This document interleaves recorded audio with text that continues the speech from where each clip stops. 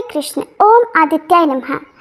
आप सभी का दिन शुभ हो। प्रिय श्रोताओं, आज की कथा से पहले आइए मन को स्थिर करें और आत्मा को समर्पण के भाव से भरें। ज्येष्ठ मास की ये आध्यात्मिक यात्रा हमें एक एक दिन के साथ ये सिखा रही है कि जब मनुष्य अपने बल पर नहीं टिकता तब वह भगवान की ही शरण में आता है और वही क्षण उसका वास्तविक उत्थान होता है। शरणागति कोई हार नहीं, बल्कि वह सर्वोच्च बुद्धि है जो ये जान चुकी है कि ईश्वर की इच्छा ही सबसे श्रेष्ठ है। आज 20वें दिन हम सच्चे मन से प्रार्थना करते हैं, हे श्री कृष्ण, हे सूर्यदेव, हमारा अहम आपके चरणों में समर्पित है। हमारी बुद्धि, कर्म और जीवन आपकी इच्छा के अनुसार चले, बस यही कृपा हम सब पर बनी रहे। तो आइए कथा की उस अगली कड़ी की ओर बढ़ें, जहाँ ये शरणागति हमें और अधिक सशक्त, शांत और प्रबुद्ध बनाएगी। अब सुनिए आज का महात्म्य। देवर्षि नारद कहते हैं, हे यदुशार्दूल, मैं सभी देवों की प्रतिमा का लक्षण विशेष रूप से आदित्य की प्रतिमा का लक्षण कहता हूँ। 1 हाथ, 2 हाथ, 3 हाथ या 3.5 हाथ लंबी या देवालय के द्वार के प्रमाण के अनुसार भगवान सूर्य की प्रतिमा का निर्माण कराना चाहिए। 1 हाथ की प्रतिमा सौम्य होती है, 2 हाथ की धन धान्य देती है, 3 हाथ की प्रतिमा से सारे कार्य सिद्ध होते हैं। 3.5 हाथ की लंबी प्रतिमा की स्थापना से राष्ट्र में सुभिक्ष, कल्याण और आरोग्य की प्राप्ति होती है। प्रतिमा के अग्रभाग, मध्य भाग और मूल भाग में सौम्य होने पर उसको गांधर्वी प्रतिमा कहते हैं। वह धन धान्य प्रदान करती है। मंदिर का द्वार, उसका विस्तार जितना हो उसके 8वें अंश के समान ही प्रतिमा बनवानी चाहिए। भगवान सूर्य की प्रतिमा विशाल नेत्र, कमल के समान मुख, रक्त वर्ण बिंब के समान सुंदर ओठ, रत्न जटित मुख से अलंकृत मस्तक, मणिकुंडल, कटक, अंगद, हार आदि अलंकारों से सुशोभित, अव्यंग धारण किए हुए, हाथों में प्रफुल्लित कमल और स्वर्ण की माला लिए हुए, अतिशय सुंदर, सभी शुभ लक्षणों से समन्वित बनानी चाहिए। इस प्रकार की प्रतिमा प्रजा का कल्याण करने वाली, आरोग्य प्रदायक तथा अभय प्रदान करने वाली होती है। हीन या कम अंग वाली प्रतिमा अनिष्टकारक होती है, इसलिए प्रतिमा सीधी और सुडौल बनवानी चाहिए। ब्रह्मा जी की मूर्ति हाथ में कमंडल धारण किए हुए, कमल आसन पर विराजमान तथा 4 मुखों से संयुक्त बनवानी चाहिए। कार्तिकेय की प्रतिमा कुमार स्वरूप हाथ में शक्ति लिए अतिशय सुंदर बनवानी चाहिए। इनकी ध्वजा मयूर मंडित होनी चाहिए। देवराज इंद्र की प्रतिमा 4 दांतों से युक्त सफेद दांतों वाले ऐरावत गज पर आरूढ़ और हाथ में वज्र धारण किए बनवानी चाहिए। इस प्रकार सभी देवों की प्रतिमा शुभ लक्षणों से युक्त और सुंदर बनवानी चाहिए। देवर्षि नारद आगे बोले, हे सांब, भगवान सूर्य की इस प्रकार की प्रतिमा बनवाकर ईशान कोण में 4 तोरण, पल्लव, पुष्पमाला, पताका आदि से विभूषित कर फिर अधिवासन के लिए मंडप का निर्माण करवाना चाहिए। काष्ठ की मूर्ति श्री, विजय, बल, यश, आयु और धन प्रदान करती है। मिट्टी की प्रतिमा प्रजा का कल्याण करती है। मणिमयी प्रतिमा कल्याण और सुभिक्ष प्रदान करती है। स्वर्ण की प्रतिमा पुष्टि, चांदी की मूर्ति कीर्ति, ताम्र की मूर्ति प्रजा वृद्धि तथा पाषाण प्रतिमा विपुल भूमि लाभ कराती है। लोहे, शीशे और रागे की मूर्तियां अनिष्ट करने वाली होती है, इसलिए इन धातुओं की प्रतिमा सूर्य मंदिर के लिए कभी नहीं बनवानी चाहिए। सांब ने पूछा, हे नारद जी, भगवान सूर्य सर्वदेवमय कहे गए हैं, ये उनका सर्वदेवमय तत्व क्या है, कैसा है, उसे भी कृपा कर बतलाइए। तो देवर्षि नारद कहने लगे, सांब, तुमने बड़ी उत्तम बात पूछी है। अब मैं ये सब भी बता रहा हूँ, इसे भी ध्यान पूर्वक सुनो। भगवान सूर्य सर्वदेवमय है। उनके नेत्रों में बुध और सोम, ललाट पर भगवान शिव, सिर में ब्रह्मा जी, कपाल में बृहस्पति, कंठ में 11 रुद्र, दांतों में नक्षत्र और ग्रहों का निवास है। ओष्ठों में धर्म और अधर्म, जिह्वा में सर्वशास्त्रमयी महादेवी सरस्वती विराजमान है।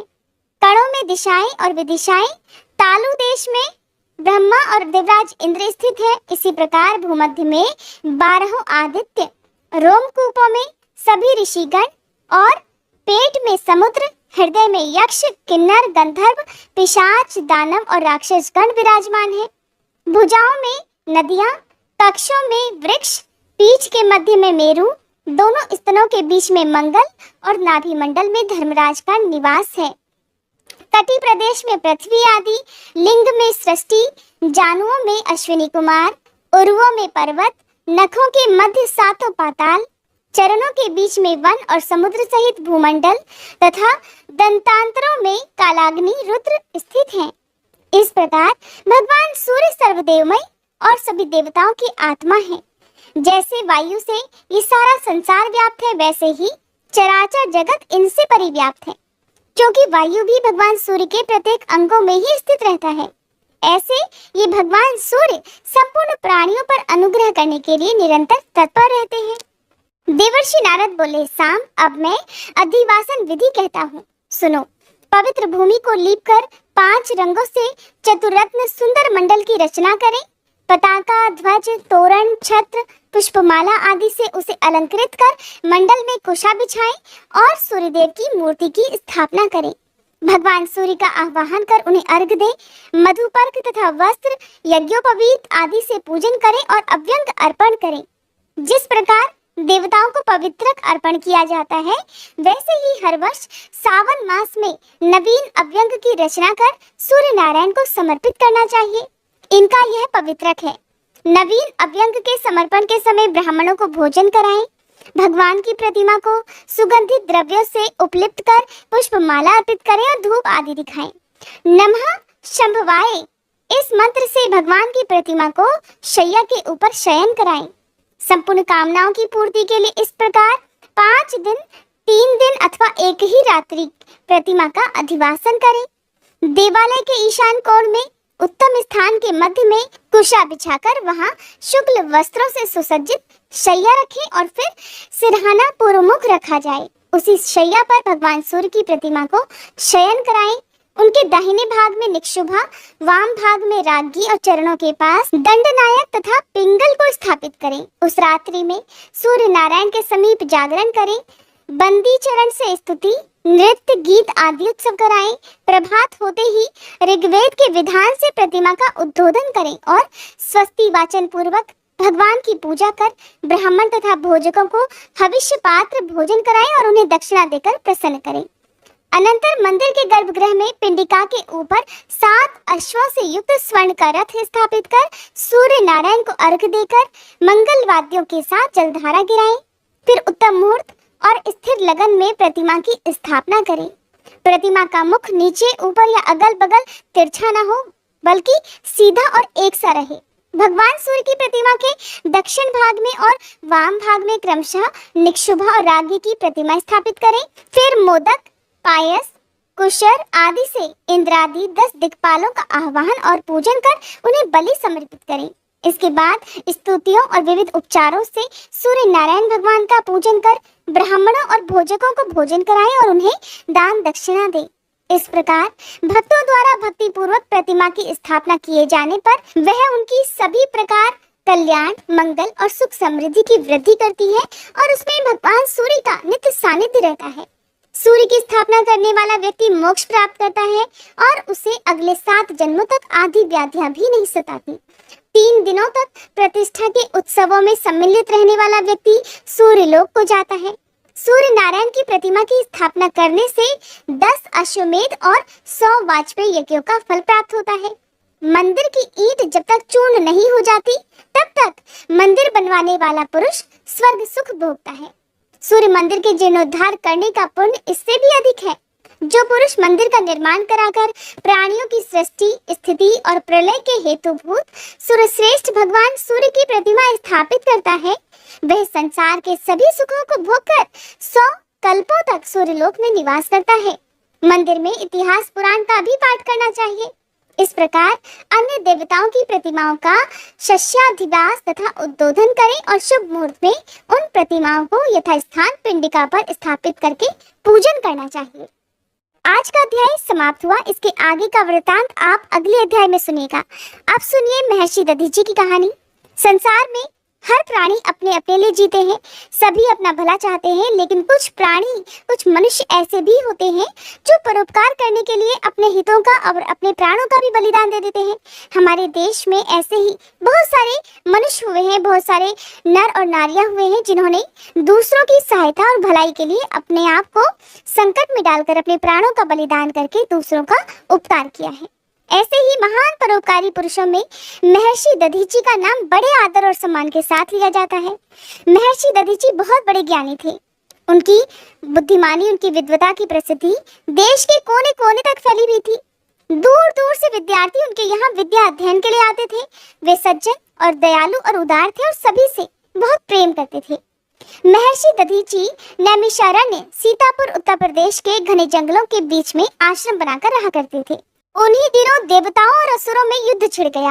देवता धर्म का राज्य बनाए रखने का प्रयास कर रहे थे, जिससे लोगों की भलाई और हित होता रहे, जबकि असुरों के कार्य और व्यवहार बिल्कुल भी ठीक नहीं थे। वे पापाचारी थे, दुरात्मा थे, लोगों को तरह तरह से सताया करते थे। अपना प्रभुत्व स्थापित करने के लिए देवताओं से वे युद्ध कर रहे थे और देवताओं को इससे बड़ी चिंता हुई। देवताओं के हार जाने का अर्थ था असुरों का राज स्थापित हो जाना। ये पूरी शक्ति से लड़ाई लड़ रहे थे। बहुत दिनों से ये युद्ध चल रहा था और देवताओं ने भी असुरों को हराने के बहुत प्रयास किए, किंतु वे सफल नहीं हो पाए। तब हताश और निराश होकर देवतागण अपने राजा देवराज इंद्र के पास गए और कहने लगे, हे राजन, हमें तो इस युद्ध में सफलता के कोई आसार नहीं दिखाई दे रहे। क्यों न इस विषय में श्री ब्रह्मा जी से ही कोई उपाय पूछा जाए। देवराज इंद्र की सलाह मानकर ब्रह्मा जी के पास वे सभी गए। देवराज इंद्र ने उन्हें इस चिंता से अवगत कराया। देवराज इंद्र की समस्या सुनकर ब्रह्मा जी कहने लगे, हे देवराज, त्याग में इतनी शक्ति होती है कि उसके बल पर किसी भी असंभव कार्य को संभव बनाया जा सकता है, लेकिन दुख है कि इस समय आप में से कोई भी इस मार्ग पर नहीं चल रहा। ब्रह्मा जी की बातें सुनकर देवराज इंद्र फिर से चिंता में पड़ गए। हाथ जोड़कर श्री ब्रह्मा जी से विनती करने लगे, कहने लगे, हे प्रभु, फिर क्या होगा? हे श्रीमान, हे ब्रह्मा जी, क्या ये सृष्टि असुरों के हाथ चली जाएगी? अगर ऐसा हुआ तब तो बड़ा अनर्थ हो जाएगा ब्रह्मा जी। देवराज इंद्र की समस्या और चिंता को देखकर ब्रह्मा जी कहने लगे, देवराज, आप निराश मत हो। असुरों पर विजय पाने का एक उपाय है। यदि आप प्रयास करें तो निश्चय ही देवताओं की जीत होगी। तब देवराज इंद्र ने प्रसन्न होते हुए श्री ब्रह्मा जी से पूछा, हे ब्रह्मा जी, शीघ्र ही वह उपाय बताइए, हम हर संभव प्रयास करेंगे। तब ब्रह्मा जी ने उन्हें बताया कि नैमिषारण्य वन में एक महान तपस्वी तपस्या कर रहे हैं और उनका नाम दधीची है। उन्होंने तपस्या और साधना के बल पर अपने अंदर अपार शक्ति एकत्रित कर ली है। अगर उनकी अस्थियों से बने अस्त्रों का प्रयोग आप लोग युद्ध में करें तो असुर निश्चित ही परास्त हो जाएंगे। देवराज इंद्र ने कहा, ब्रह्मा जी, किंतु वे तो जीवित हैं, उनकी अस्थियां भला हमें कैसे मिल सकती हैं? ब्रह्मा जी कहने लगे, मेरे पास जो उपाय था देवराज, मैंने आपको बता दिया। शेष समस्याओं का समाधान स्वयं महर्षि दधीची ही कर सकते हैं। महर्षि दधीची को इस युद्ध की जानकारी थी। वे चाहते थे कि युद्ध शांत हो जाए। सदा शांति चाहने वाले आश्रमवासी हमेशा हर लड़ाई झगड़े से दुखी ही होते हैं। उन्हें भी आश्चर्य होता था कि क्यों देवता और असुर एक दूसरे से युद्ध कर रहे हैं। महर्षि दधीची को ये चिंता थी कि असुरों के जीतने से अत्याचार और अनीति का बोलबाला हो जाएगा। देवराज इंद्र तपस्या करते हुए महर्षि दधीची के आश्रम में पहुंचे, जहां पर वे तपस्या में लीन थे। महर्षि उस समय ध्यान अवस्था में थी, तो देवराज इंद्र उनके सामने हाथ जोड़कर एक याचक की मुद्रा में खड़े हो गए। ध्यान भंग होने पर देवराज ने महर्षि को प्रणाम किया। तब महर्षि ने देवराज इंद्र को बैठने के लिए कहा, फिर उनसे पूछा, कहिए देवराज, कैसे आना हुआ?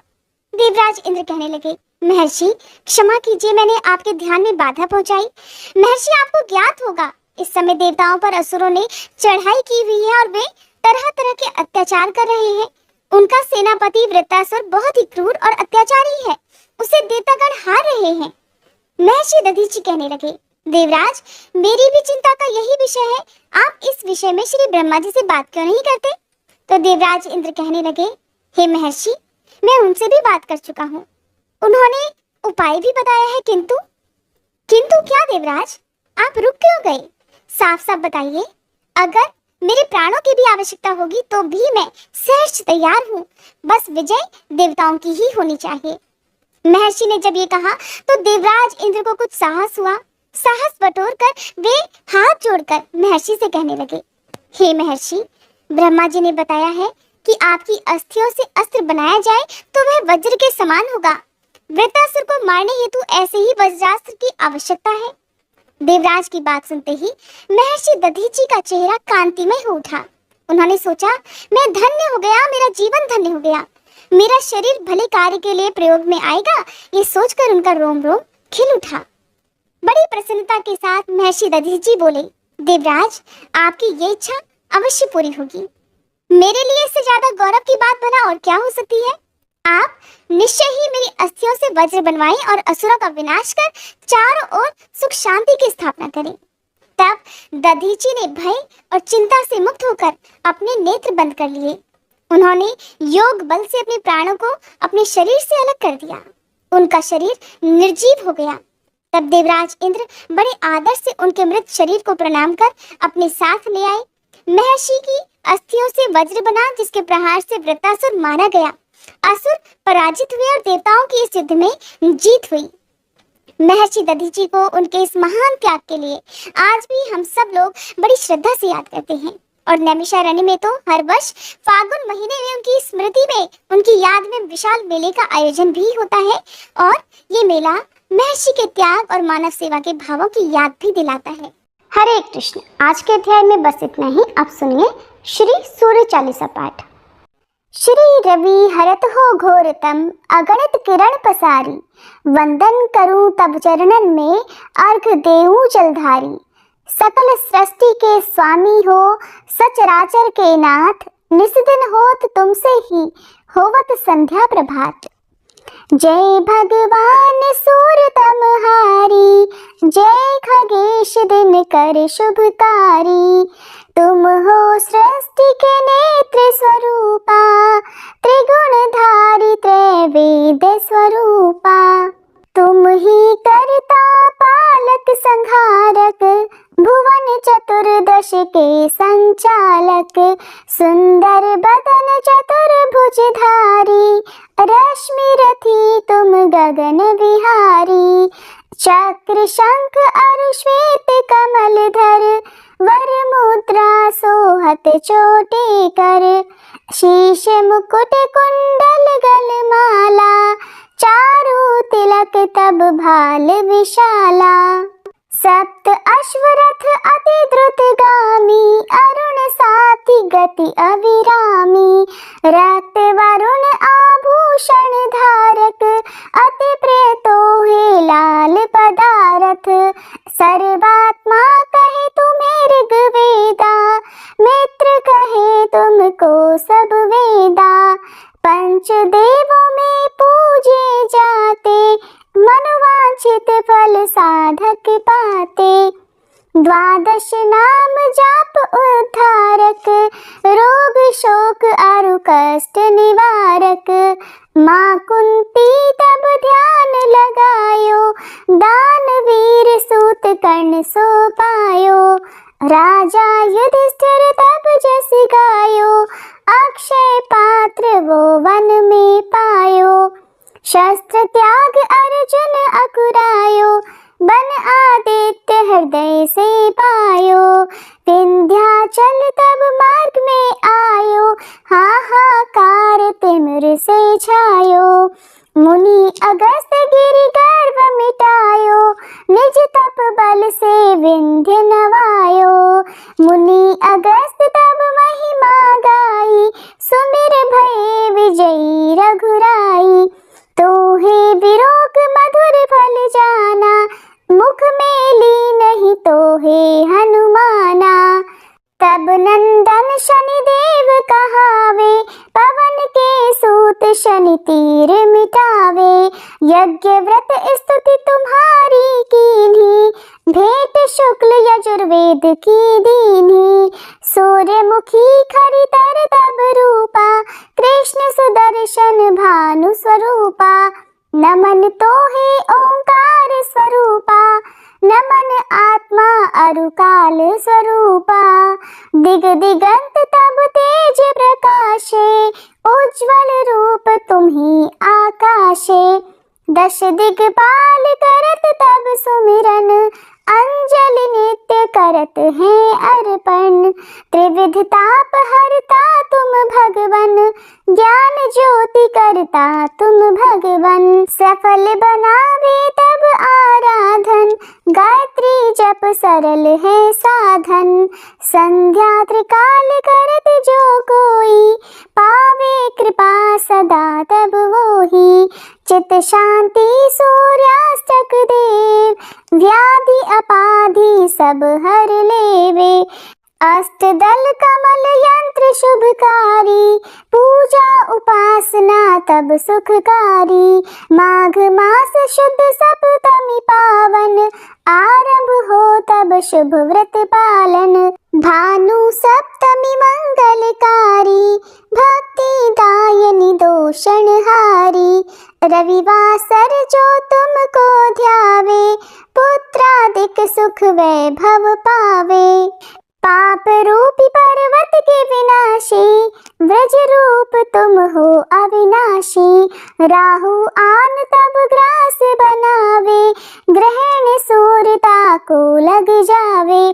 धर्म दान तब करते हैं साधक, मिटत राहु तब पीड़ा बाधक। सूर्य देव तब कृपा कीजे, दीर्घ आयु बल बुद्धि दीजे। सूर्य उपासना कर नित ध्यावे, कुष्ठ रोग से मुक्ति पावे। दक्षिण दिशा तोरी गति जावे, दक्षिणायन वो ही कहलावे। उत्तर मार्गी तोरु रथ होवे, उत्तरायण तब वो कहलावे। मन और वचन कर्म हो पावन, संयम करता भलित आराधन। भरत दास चिंतन करत घर दिन कर तब ध्यान, रखियो कृपा इस भक्त पे तुम्हारी सूर्य भगवान। ओम जय सूर्य भगवान, जय हो दिनकर भगवान। जगत के नेत्र स्वरूपा, तुम हो त्रिगुण स्वरूपा। धरत सब ही तब ध्यान, ओम जय सूर्य भगवान। सारथी अरुण है प्रभु, तुम श्वेत कमल धारी। तुम चार भुजाधारी, अश्व है सात तुम्हारे।